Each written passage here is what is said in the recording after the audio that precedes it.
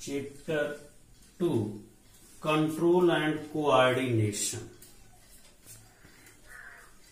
नियंत्रण एवं समन्वय, class 10th Hindi medium, subject biology.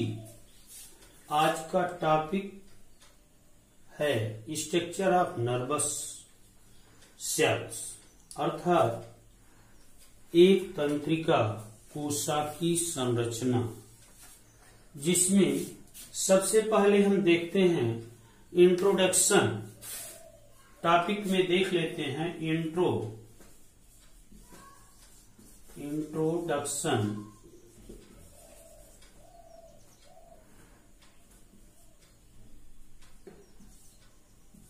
Introduction में जो शरीर का नियंत्रण करता है, अर्थात बॉडी का नियंत्रण होता है, वो किसके द्वारा होता है? सबसे अहम भूमिका हार्मोन्स की होती है।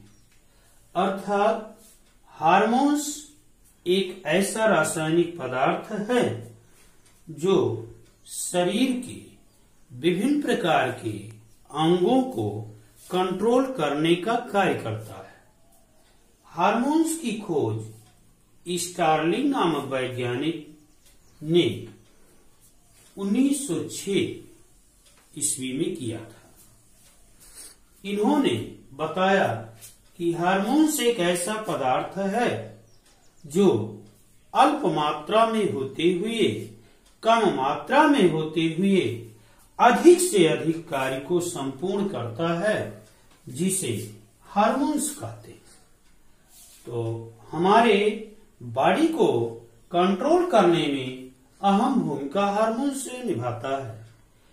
फिर तंत्रिका कोशिका पाया जाता है, जो विभिन्न प्रकार की सूचनाओं को मस्तिष्क तक भेजने का कार्य करता है। शरीर में सबसे बड़ा कोशिका तंत्रिका कोशिका कहलाता है। आज का स्ट्रक्चर नर्वस सेल, सबसे पहले एक स्ट्रक्चर बनाते हैं जो ऊपर की तरफ गुब्बारे जैसे संरचना पाई जाती है, जिसके बीच में न्यूक्लियस उपस्थित होता है, केंद्रक उपस्थित होता है, न्यूक्लियस। केंद्रक का कार्य कोशिका विभाजन करना, अर्थात एक कोशिका से कई कोशिका का निर्माण करना। किनारे किनारे पर इसके कोशिका काय पाए जाते हैं, जिसे सेल बॉडी कहते हैं। ये कोशिका के अंदर पाए जाने वाले साइटोप्लाज्म की सुरक्षा करने का कार्य करता है कोशिका काय। इसके अंदर साइटोप्लाज्म नामक पदार्थ पाए जाते हैं, जो कोशिका को जीवित रखने का कार्य करता है।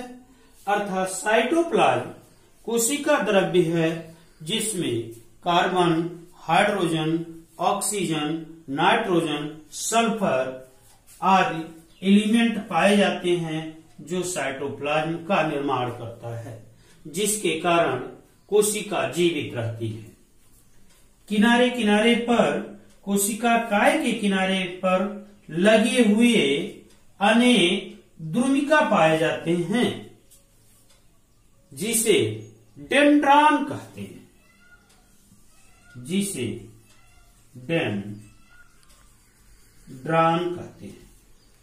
और इसी डेंड्रान में छोटी छोटी कई शाखाएं निकलती हैं, जिसे डेंड्राइट्स कहते हैं, डेंड्राइट्स कहते हैं। अर्थात डेंड्रान से निकली हुई छोटी छोटी शाखा को डेंड्राइट्स कहते हैं। यह डेंड्राइट्स विभिन्न प्रकार की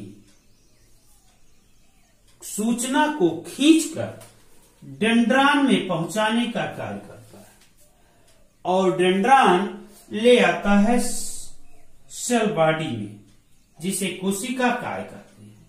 और कोशिका काय से लगा हुआ एक्सान पाया जाता है, जो नीचे तक मांसपेशियों से जुड़कर नीचे तक पाया जाता है। इस प्रकार से डेंड्राइट सूचना को खींचकर डेंड्रान में पहुंचाता है और डेंड्रान सेल बॉडी में पहुंचा देता है, और सेल बॉडी जो है ब्रेन तक पहुंचाने का कार्य करता है। इसके अंदर नीसल कण पाए जाते हैं। नीसल कण, जिसे नीसल पार्टिकल कहते हैं। नीसल कण महत्वपूर्ण भूमिका निभाता है, क्योंकि यह नीसल कण में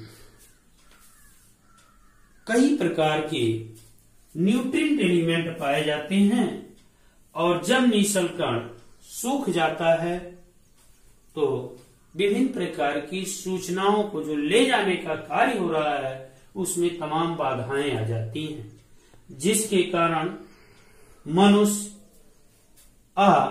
निश्चेतक के रूप में भी हो जाता है। इसलिए नीसल पार्टिकल का अहम भूमिका होती है। तंत्रिक काच, जिसे एक्सान कहते हैं। एक्सान नर्व का वह पार्ट है जो सेल बॉडी से लगा हुआ एक पतली नली नुमा संरचना नीचे तक पाया जाता है, जो तंत्रिका का अंतिम सिरा होता है। नर्वस इंड, जो अंतिम सिरा नर्वस का होता है, वहां तक एक्सान पाया जाता है, क्योंकि एक्सान के द्वारा नीचे से ऊपर मस्तिष्क तक सूचना भेजने का कार्य बना रहता है। और तंत्रिका का एक्सान के पीछे माइलिन शीथ पाया जाता है, जो माइलिन शीथ आपके मसल्स के बने होते हैं, जो इसको ढकने का कार्य करते हैं। माइलिन जो है एक प्रकार का प्रोटेक्शन का कार्य करता है एक्सान के लिए, एक्सान नामक पदार्थ के लिए।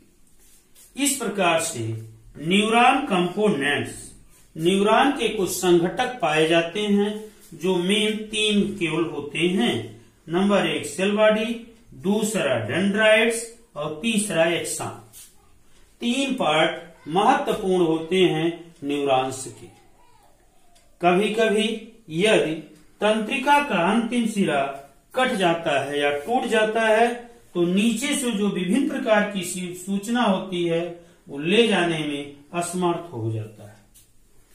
इस प्रकार से हम तंत्रिका कोशिका के माध्यम से विभिन्न प्रकार के सूचनाओं को मस्तिष्क तक भेजने का कार्य करते हैं।